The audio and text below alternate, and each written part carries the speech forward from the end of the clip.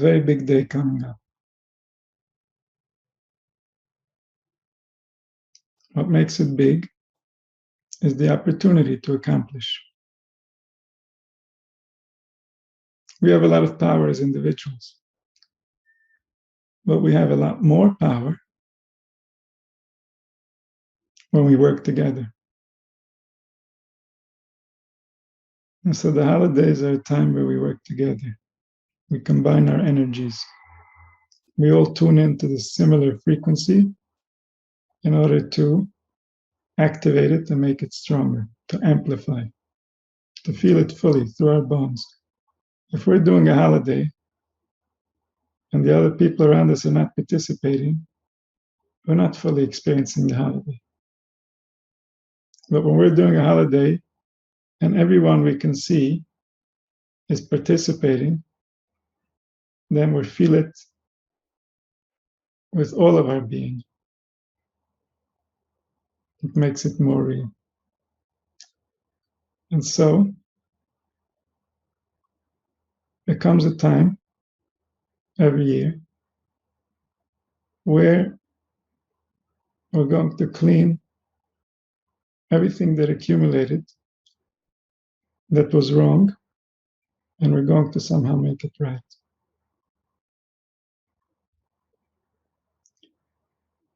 This was a reality, this was a truth, while people were really working together. While they still had the unity where they aligned their interests as one, then they really did receive forgiveness.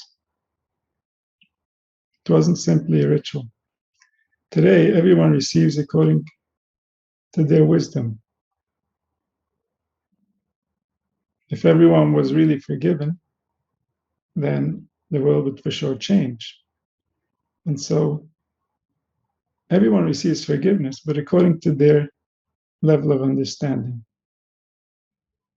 And therefore, the less one knows, the less one understands the nature of guilt and innocence and how it affects the reality, the less they try to achieve from this remedy called forgiveness. The forgiveness is an opportunity. It's an opportunity to come closer to the truth. What stands between us and the truth is all the violations. Whenever our truth gets violated, we get removed from the truth, because this experience cannot be interpreted by the soul in a way that allows it to be digested, to become part of its future guidance. And so the soul is trying to keep track of many different levels of reality, to understand its place, to know what to expect from the future. And then the soul creates based on those expectations, because our experiences, as they happen externally, are reported to us after our mind adjusts the information based on expectations. So we're never experiencing the events directly, we're experiencing our mind's expectation as it collides with reality. And the mind is constantly trying to adjust its expectations in order to align with what's really happening. And this is a protective mechanism. This is not the way that a human being was designed to function. This is the way that a human being functions in our society. And so in order to receive atonement, in order to receive the intimacy with the divine that we're trying to accomplish, we want to understand the nature of this day as best we can on our level, because then we can achieve the most from this process. A person that's appreciating fully the concept of this day lives in this place all year round. But for most people, they're concerned with their survival, they're concerned with the external, and therefore they get to experience the spiritual experiences in order of the calendar. They experience Shabbos once every 7 days. They experience Passover once a year, Sukkot once a year, Shoshana and Yom Kippur. All these things are always available within our being. These are mode of function. But these are the times when the universe is assisting us, because the stars, the seasons, the cycles are set in a place that makes it easier to access the spirits that are necessary for that holiday, for that celebration, for that realization. And so we'll do a piece in the Zohar, Parshas Achrei, Daf Samach Beis Amud Beis, if anybody wants to look inside. And it speaks about the two goats, the Shnei Sirim Lazo, the one go to Lechat Lashem, we go to Lechat Lazazi. So we have a very interesting ritual that seems to be bordering on idol worship. Some say that it's the place where the Torah allows idol worship, because there's a place for everything. Everything that exists has its place. And this place, we're essentially giving food to the demons.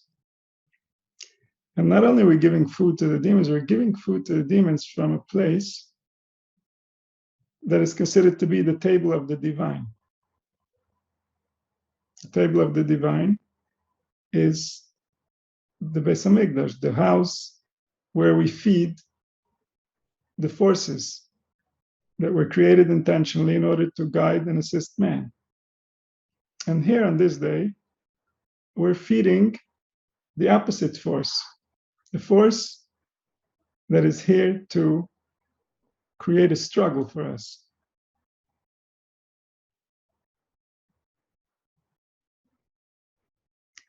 And so this is a very difficult concept to understand. Why are we feeding our enemy? Especially on the holiest day, in the holiest place. From there goes a package, a shipment, to those that we despise. We despise them because they make our life difficult. They make our life difficult because they represent every misunderstanding a human being could ever have. So if a human being is misunderstanding nature, there's demonic activity involved. What is demonic activity? It's activity that's not aligned with the interest of humanity. The interest of humanity is the interest of nature, is to keep the balance and to keep life on the side of innocence. To keep life on the side of innocence means that the angels are going to perform their duties in a way that is complementary to reality. And this takes us to an extreme place of indulgence. Today, we cannot imagine what it's like to feel when all our organs, all our cells are really only trying to make us feel good, which is what they were created for.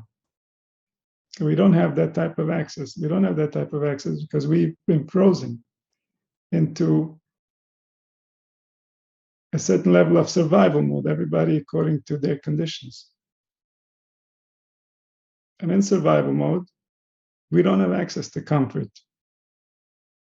Comfort is a luxury that is available for those who can rest. And so we've created a society that runs on demons. It runs on forces that are not healthy. The motivation that drives the activity that sustains our planet, sustains our species, is not human friendly. There's a lot of greed involved, which results in people creating things that are not really human friendly. And there's a lot of stress involved, which results in good people falling apart and not being available for life the way that it was intended to be lived. And so humanity is not really what we see it be. Humanity is something else. This is humanity in duress. Humanity tired. Humanity confused. Humanity not knowing which way is the real way. And all this is the work of the demons, those who misrepresent life, those forces who don't have our best interest at heart. The more we go into survival mode, the more we're doing things that are not really in our best interest. Because in survival mode, we don't care about the little things. And the little things are really what give us comfort. The big things just need to be there. If they're not there, an alarm goes off. There's no food, there's not enough rest. If there's something vital lacking, then a real alarm goes off. But for comfort, it's the little things. And survival mode means we don't care about the little things. So there's no comfort.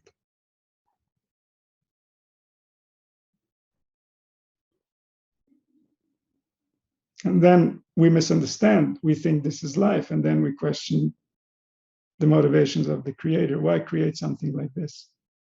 Why create the species if just to survive they need to suffer? We don't need to suffer in order to survive. This is something that we've created. The earth is very human friendly. It gives food and animals for free. And it's constantly renewing them. And then it recycles them. It does that all naturally without any intervention. The food disintegrates and new food comes out. That's constantly happening. And so we don't have to suffer in order to survive. We have to suffer in order to survive in the conditions that we've created. That's not on the creator, that's on us. And so it's not only on the Day of Atonement that we feed the demons. We feed the demons every single day. On the Day of Atonement, we just recognize that that's what we're doing.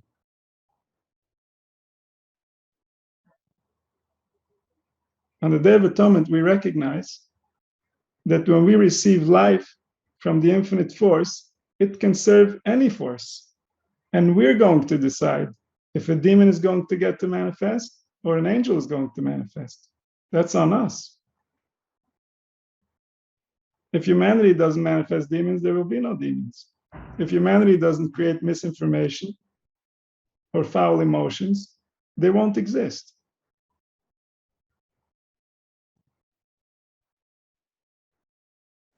And so the life force is coming into this ultimate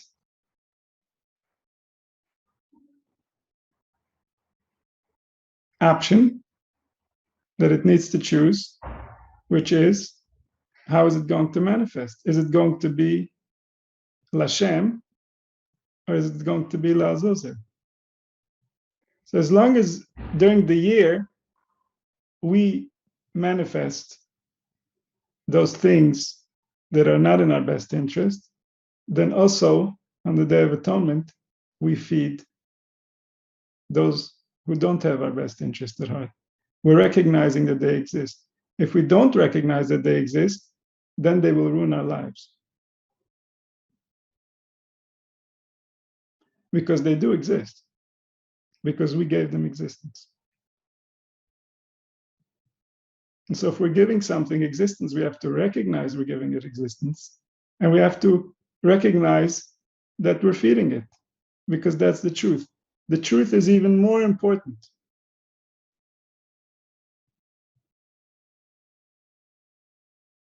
The truth of what you really are and what you really believe is even more important than to believe in your innocence. Because if it's not the truth, then that level is somehow, somewhere going to appear, because that's the truth.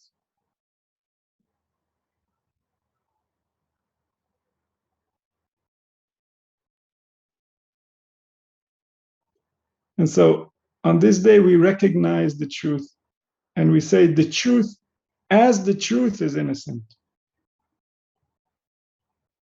The truth is innocent as the truth. He's not innocent because he didn't or he did or because of other things. No, he did it all.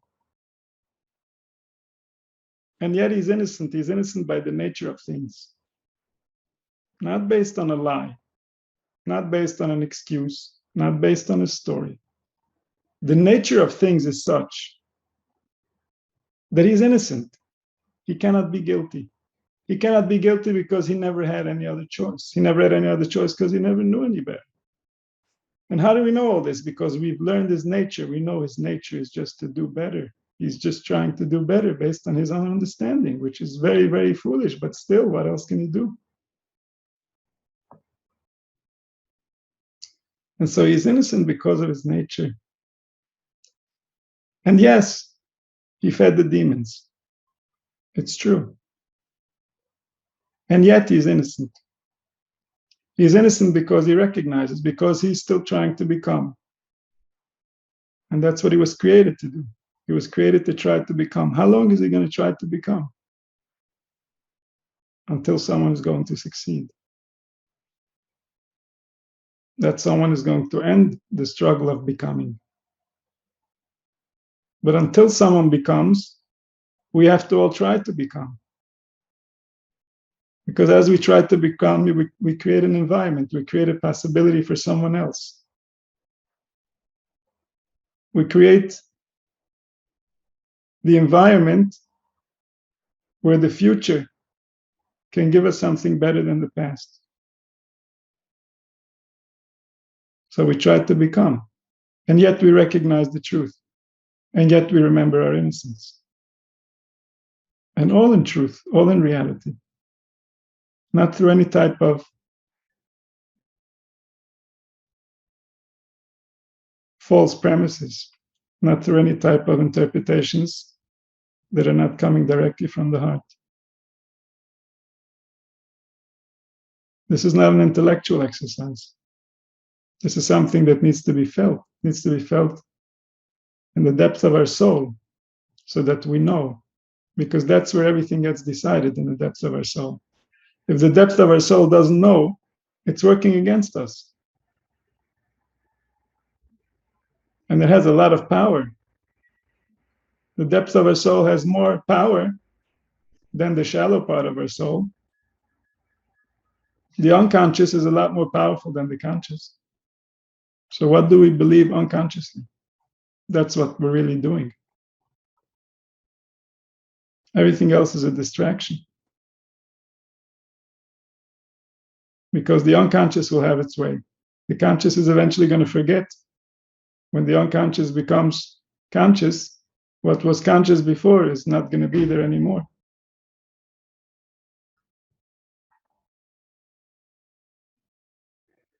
And so we have this day in order to clean the disc, to clean the unconscious from any guilt that might have accumulated. Because while life happens, we can get very confused, and people point fingers, and people read statements, and people say things that they have understood or didn't understand or think they understood, and we can feel very guilty very quickly. And so we have to come back and clean ourselves and cleanse ourselves. We should do that every day, but at least, and even more so, once a year.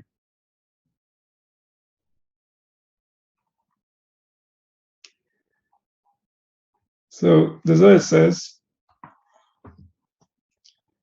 Zakor chilkein d'Yisrael yater mikol amin. Pure, righteous, is the portion of Klal Yisrael more than all the other nations.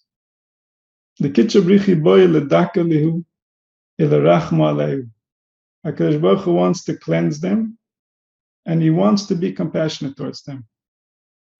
meaning there is a desire within every cell of your being to be compassionate towards you. That desire might not be activated in this moment fully, but it's there, it exists. When you find it, it will become activated. And this is because from the infinite one, from the infinite light from where everything manifests, there is a desire to create something that is driving this entire enterprise. And that desire to create something is so intense that the closer something is to that thing, the more important it is, and the more it's worthy, the more it justifies creation, the more it justifies the effort and the energy that went into creation. So much so that one person could justify billions of people. There could be a desire for one person to exist, and billions of people will have to exist in order for that one person to come into existence. What made these billions of people come into existence? The desire for that one individual. Because in those people, the spirit was just becoming. In those people, the spirit never found itself. But it prepared itself to find itself. And then eventually it found itself. And when it found itself, it was so joyous that that joy justified everything that happened before. That joy contained within it everything that happened before. That joy was a celebration of everything that happened before. And so Klal Yisrael is closer to that purpose. So close that they had to be guarded. Guarded in a very painful way. In a way that wasn't easy. In a way that was horrifying. And yet it had to be guarded because what's going to be is so big, so important. So everything is because of what's going to be. We are because of what's going to be. Something inside of us knows that. And yet we are already what we're going to be. Something inside of that knows that also. And these two parts we can activate at different times. The part of us that knows that we're not quite there yet, we're going to be someone. And the part of us that knows, but I am that someone. Even though I don't know how to be him yet, I am him.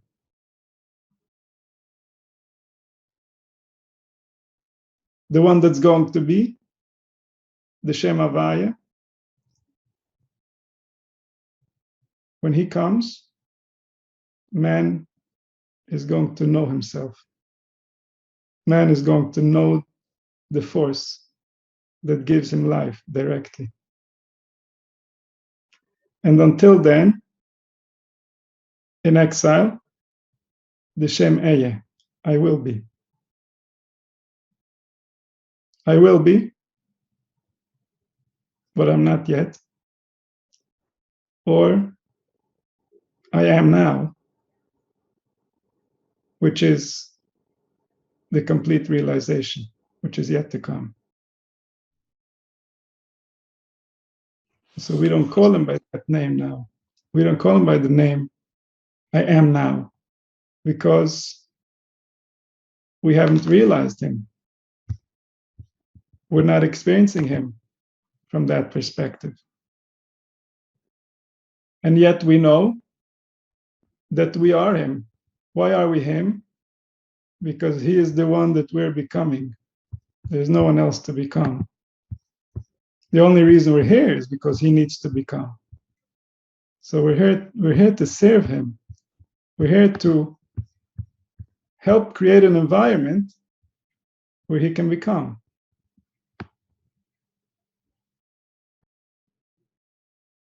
And so the Zohar says, the Zohar calls this the inin chiluke va'adve. There his portion and there is inheritance.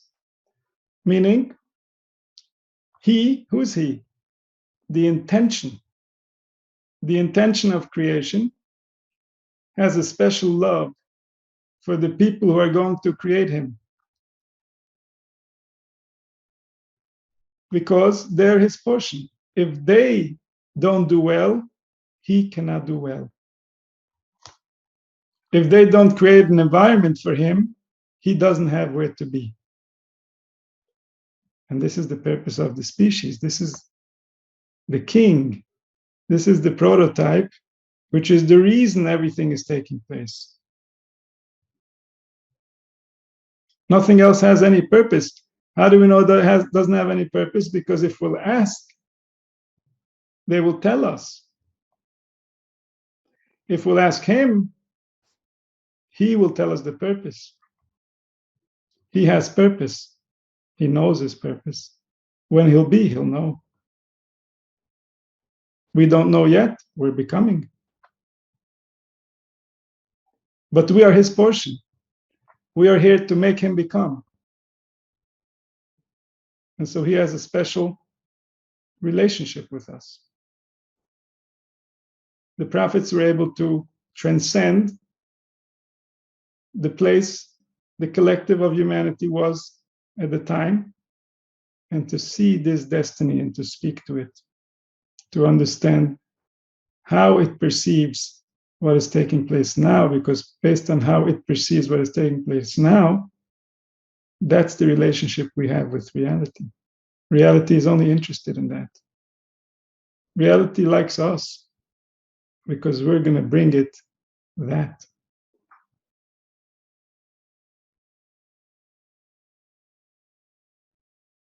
If we don't want to bring it that, reality will be angry at us and it will hurt us. This happens every single day. I'm not saying it in order to intimidate anybody. This is why life is difficult, is because we violate the destiny of man, we violate the nature of what's trying to become, and therefore reality doesn't appreciate us. The only reason it appreciates us is if we help it get to where it needs to go. Otherwise, we're frustrating it. And that frustration can be felt. That frustration is experienced by the soul that causes it.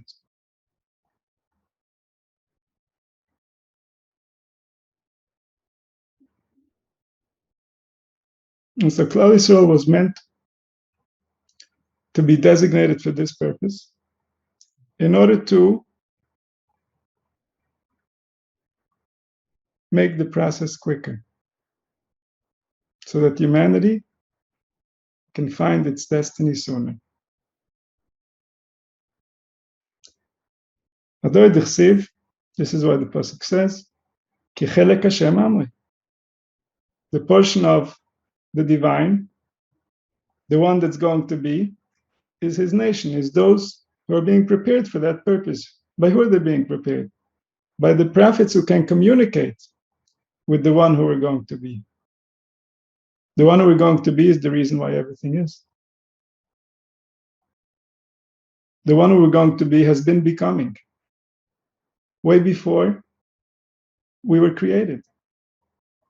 We came in as a part of helping him become. And so, Chelek Hashem Amor, Ichsiv Yakuveu al Bam Seyoretz is going to have them ride on the highest mountaintops on earth, on the highest places. Al Bam Seyoretz Daike, specifically on the highest places. Because they unite with something that goes above and beyond. And so the highest places on earth means the places where the decisions get made. Decisions get made on many levels. The highest levels where decisions get made, those are the highest places on earth. And those decisions, they decide what all other decisions can do. If at the highest levels decisions are made that remove options from the lower levels cannot override those decisions. So the higher the level the decision is made, the less likely for it to be overturned. The Arkivei al Bam Seyoretz, this is his chelek. He wants the decisions to be made based on what's best for them, because he's preserving his own chariot. He needs this. This is how his name is going to be known. This is how his spirit, his Holy Spirit, is going to have a dwelling place on this planet. A dwelling place that is void of demons. The Holy Spirit does not appreciate demons. The Holy Spirit gets aggravated when the divine life force is used to manifest demons. Demons are a thorn by the side of the Holy Presence. Demons include all false beliefs and all unhealthy emotions. And even some emotions that are healthy can also be demonic if they're used in the wrong time or in the wrong place, in the wrong circumstance, against the wrong person. And all this has to do also with false beliefs, false drawings. So they're all interconnected. They're all feeding each other. And so HaKadosh Baruch Hu will make Klal Yisrael go to the highest places on earth because they are holding on to a place that is above and beyond. Because of this, the love of HaKadosh Baruch Hu is attached to them. Therefore, the pasuk tells us, "Ahavti eschem omer Hashem." I love you, says HaKadosh Baruch Hu. Ichsiv ki mehaves Hashem eschem v'goymer. Because He loves you is why He chose you. He chose you because He needs you. He needs you because this is His path into manifestation. Just like humans can manifest demons and angels, they can also manifest the divine itself. This is the nature of prophecy. With the prophets, they saw the divine from the future. The one who's going to lead us out of exile, he's going to see the divine in the present. And so, because he loved them so much, he gave them one day in the year to purify them, for them to become purified, to become innocent from all their guilt. With this day, you will be cleaned. The notion of kapara means to wipe something clean. So we're wiping clean your history, not the information, the interpretation. It didn't mean what you think it meant. You weren't as smart as you thought you were. And really, you were not trying to offend anything, but you didn't really understand the situation as well as you thought. And so this is the rule. This goes for even the worst criminals. This is the nature of humanity. This is not about the specifics of any story. And therefore, make peace with the story. Whatever the story might be, it's at the end of the day, it's a story. The real problem is the damage it did to the spirit. And for that, we need forgiveness. For that, we need to open our hearts. For that, we need to return. To return to the place of innocence that was before the event. That event did not change our innocence. It made us believe, but it didn't change who we are. It didn't change what we're trying to accomplish. So in this day, we return. In order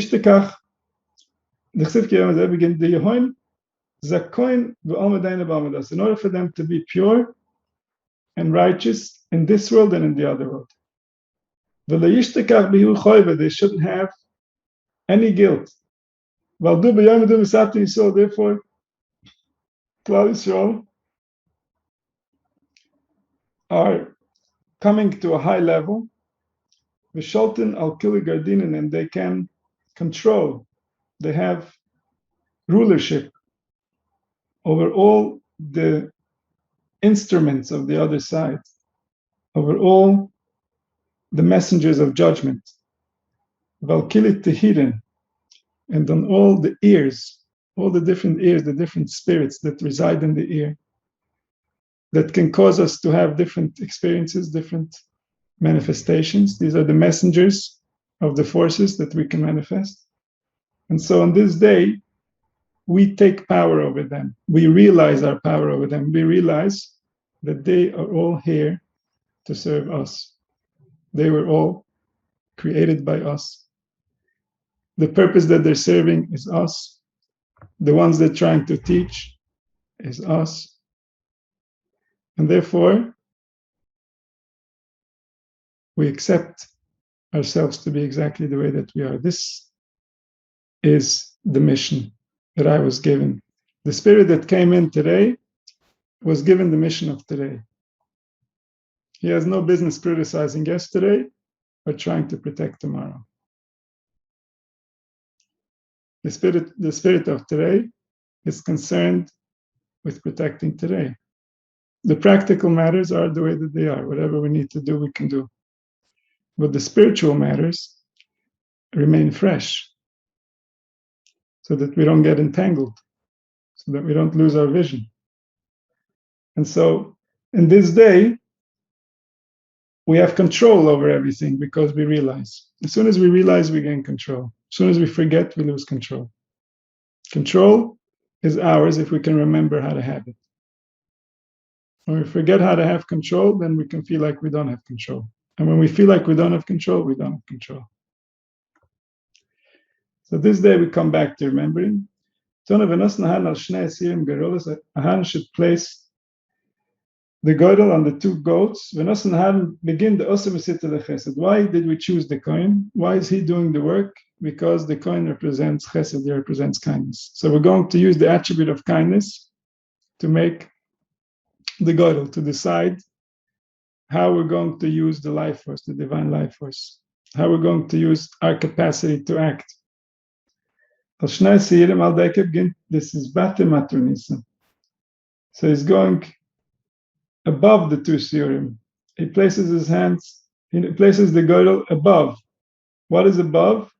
Above is the life force that's creating. So in a goat, there's a life force. It's not a life force as developed as a human life force, but nevertheless a life force. Sometimes the human life force is at a lower vibration than the goat's. And a goat has a resemblance to demonic activity because it's not a calm animal. Unlike the sheep, who are considered to be calm, coming from the side of kindness, from the right side, the goats are coming from the left side, from the side of judgment. And so the goats can go either way because the goat is still a kosher animal. So there's the Midas HaGvura that's called Gvuras Kadoshis, the holy judgment, the holy strength. And this is there to protect the innocent. So we must be strong to protect the innocent. But we don't want to be strong in a way that makes the innocent feel guilty. That's strength from the other side. That's the Sitra Achra. That's pulling people into hell. And so we want to use our strength to protect the innocent, but in a way that it preserves innocence, in a way that it doesn't cause guilt. That's Gvuras Kadosh's holy strength. This is the place of judgment where we need to know how to judge, to understand what's being violated. Requires judgment. It's not a judgment against any individual. It's a judgment against an action, a statement, a belief. Those judgments cause us to discriminate so that we create better. Those are holy judgments. And so the attribute of kindness is going to decide what judgment belongs to the holy side and what judgment goes to the demonic side. But this is done by Godel. This is done from a place that is beyond our ability to choose. Gur lechad l'Hashem, v'gur lechad l'Azazel. One goes this way, and one goes that way. But translated in the two, Amai chad l'Hashem, v'demu k'tshrichi, Yosef hai gavoy, v'chad Yazel v'yishet ba'alma. If we would give both of them to the other side, the world would not be able to continue to exist. So HaKadosh Baruch Hu says, give me one first, and the rest you can send to the demons. Meaning, yes, we're feeding the demons, but let's remain aware what we're really trying to do. Let's remain aware of what type of life we're really trying to build. Let's remain aware of what type of relationships we have and how we're interacting, so that we don't feed all of our strength to the wrong side. So Nofakai Ozo v'shot ba'alma v'ashkach li Yisrael b'kama pilchonim. So this force, it goes out into the world, meaning it exists in the potential, and it's trying to manifest within Klal Yisrael, but Klal Yisrael is distracted. They have all kinds of rituals. We come a dargan, we come in a mitzvah tov, and they have good behaviors that they've inherited. So he can't make them manifest what he's trying to manifest. They're all getting along, there's peace amongst them. And so he can't create an argument in such an environment. So therefore, Yisrael is Sata, the same thing, Klal Yisrael, they do the same thing as happens above, so too below. So we take this goat and we say, yeah, you know what? We admit, we're not perfect yet. The demonic is still in power, it's still causing things to move. The world still needs it, we might say. If the world doesn't have the appropriate motivations, and we take away the inappropriate motivations, then survival is going to become a struggle.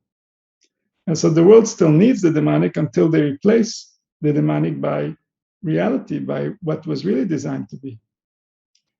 We need the fear as long as there's not enough love. Otherwise, people will not be motivated. If people are not motivated, that's even worse, because then it threatens survival. Survival comes before everything, because survival is the capacity to have everything.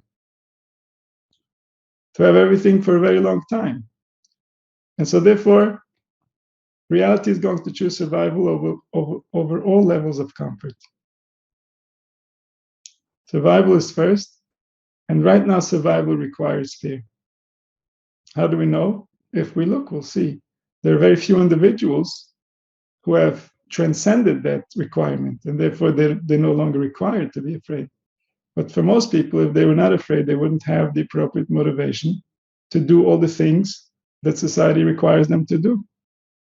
And so unless they make a change in their lifestyle, they need this adrenaline, they need this pressure in order to continue functioning. It doesn't mean it's healthy. It's going to backfire in the long run. Nevertheless, when survival is at stake, no other calculations are being made. There is no one there that should make these calculations. The one that's there is just completely concerned with survival. Whatever survival was described to him to be, it doesn't mean that it's real survival. It could be for a person that he feels that survival is making 3 times what everybody else is making. And that is wired into his body, and that's the experience he's getting. And so survival is very much what we believe it is, especially in our environment where survival is so easy. So we each get to decide what type of luxuries we want to add into the survival category. And so Klal Yisrael sends this goat, and it takes all the negativity, it takes all the pent-up anger, all the resentment, all the resistance, all the craziness. It says, okay, fine. Till now it goes. From today, it doesn't matter. From today, there's no reason to be upset about anything that happened before today, because today I say, I'm okay with everything that happened before today. I'm at peace. I believe that everything that happened until today needed to happen exactly as it happened. I'm grateful for all the people that made it happen. Every single one was playing their part perfectly. And that resulted in what I am today. What I am today is the only one I can have. And I want it. And in order to get it, I let him be exactly as he is. I believe. Why do I believe? Because it's my best option. What other option do I have?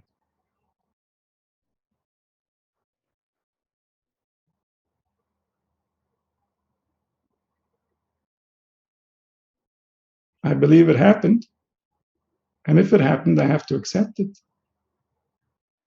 I don't have to wait till after I pass from my body to realize that. And if I accept it, I can become more of myself. Everything I did has a little piece of me. I want all my pieces. I don't want to leave behind a single piece.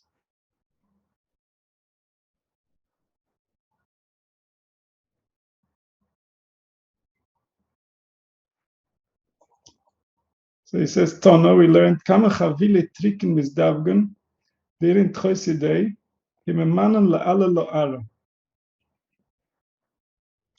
How many forces of judgment are going together with this goat that their entire function was to make the world miserable? Because they're there to punish for those who violated their beliefs. So this day, there's no one that can say a bad word. Why? Because we said all the bad words already. What are they going to add? We already said it. We did it all. We totally lost it. We forgot reality. We forgot ourselves. We didn't know who we are or why we are or what we are. We ruined it. And yet, we accept ourselves. We're still innocent. We weren't trying to ruin anything. We don't want to ruin anything.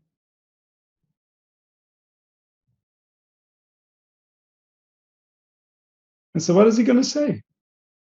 What's there to say? But he did. He did what? We already established. He did it all. What are you going to say now?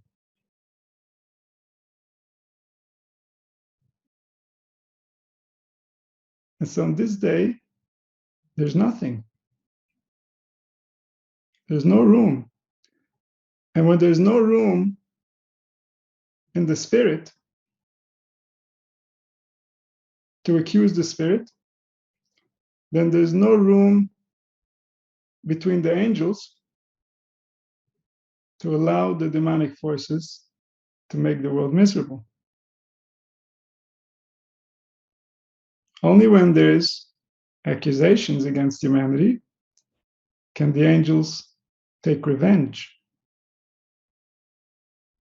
But when humanity is at peace, when humanity is not aggravating each other, when humanity takes responsibility for its shortcomings, then there's no force in the heavens that can cause any damage. There's no interest to cause any damage. There's no anger. There's no frustration. There's no resistance. There are no hidden agendas. There are no spiritual forces forcing you to do things you don't want to do. Either you know you want to do it, or you simply don't do it. And so this changes the entire picture. This changes the entire stance of the spirit. The spirit is running away from its own glory. And on this day, it turns around and it sees that nobody's running after it.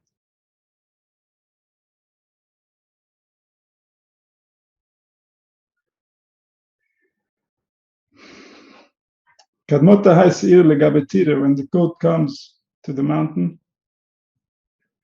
how much happiness upon happiness. all are being refined. Their perception is becoming tuned into the subtle.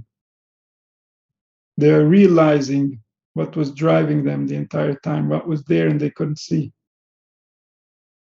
Because suddenly the burden was removed from their hearts. They no longer feel like there's someone in the unknown that's out to get them. They're straight with what is. They've digested reality. They're up to date. They're living based on what's happening, not based on what happened in the past.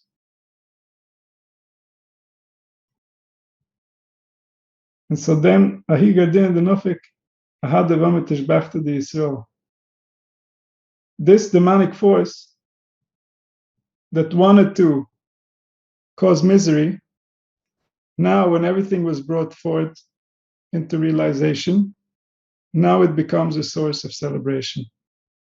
Kategere is Avet Sanegere. Now, the force that was there to convict us of our guilt is admitting to our innocence. What is he admitting? That he was the troublemaker. It wasn't even you.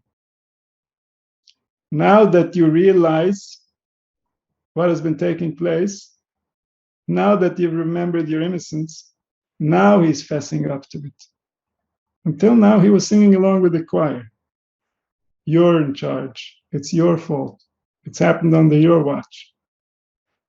Now that you're taking responsibility and you're saying, yes, this is what took place. I agree. I don't necessarily understand how everything works. I'm going to continue trying. I'm going to continue trying to figure out what to believe, and I'm going to continue trying to behave in accordance with those beliefs. And so now, that same force suddenly admits, you know why you were suffering so much? It was me. Sorry, forgot to tell you. It wasn't you. It wasn't the one, the life force. It was the frustration of the life force. It was the part of you that couldn't be you.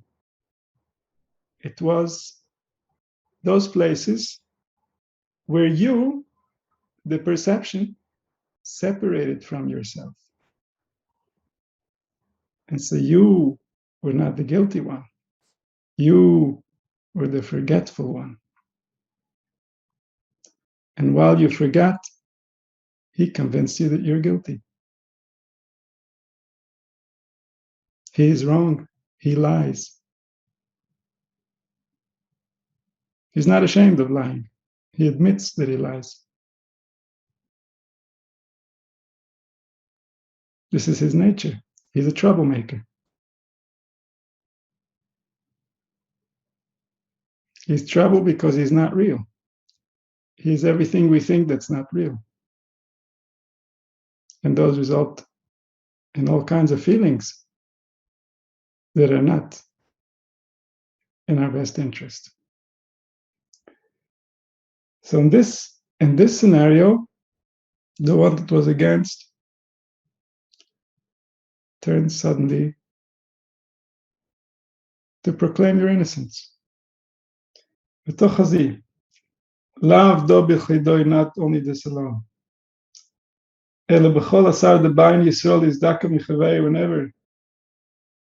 Klal Yisrael wants to purify themselves from their guilt, Kadosh Baruch Hu gives them advice, to tie up the forces of judgment, to tie up the masters of judgment so that they cannot cause damage.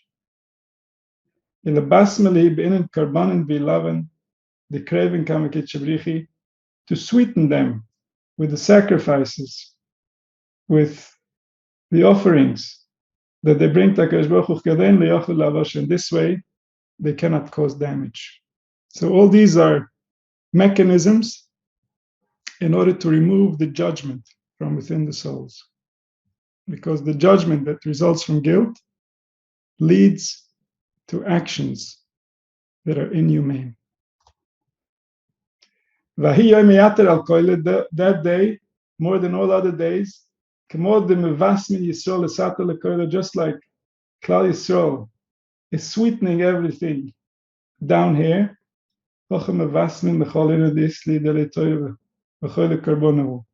So just like this, anybody that has any accusations above, it gets wiped away. This is part of the offering. This is the service that we do to HaKadosh Baruch Hu, even though we're sending it to the other side. So we might think, how is this in service of HaKadosh Baruch Hu? This is the side that doesn't let HaKadosh Baruch Hu live in the world. This is the side that we're going to feed. This is somehow a service to HaKadosh Baruch Hu. And the answer is yes. We're serving HaKadosh Baruch Hu because HaKadosh Baruch Hu still needs this function in the world. The future of humanity cannot realize itself unless this function continues, as long as humanity is not mature enough. So as long as we don't know how to do it right, we need this level of assistance, even though it still comes from our animalistic past. And so, on this day, we recognize our place. And this brings us forgiveness. May it happen soon.